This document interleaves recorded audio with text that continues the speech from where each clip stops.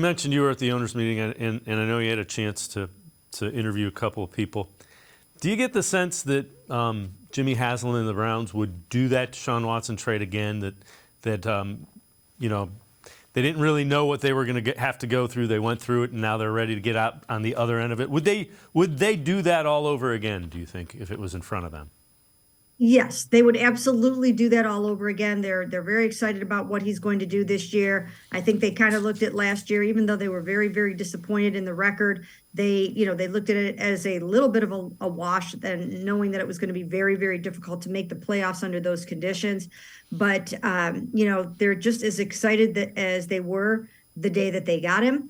But having said that, I do think that there is a little bit of pressure. I think Jimmy Haslam made it very clear at those owners' meetings that he expects this team to make the playoffs in 2023. He refused to put any kind of an ultimatum on it, but I think the message is pretty clear.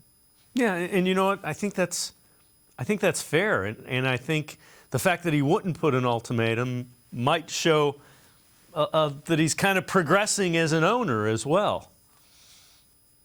Yeah. And, he knows how his words do become headlines. I mean, I've asked him in the past.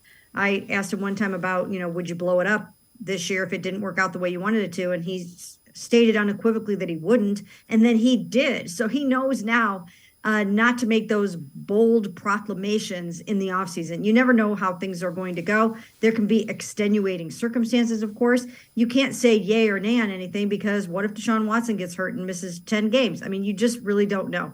So I think they'll take the season as its own entity and then plan accordingly.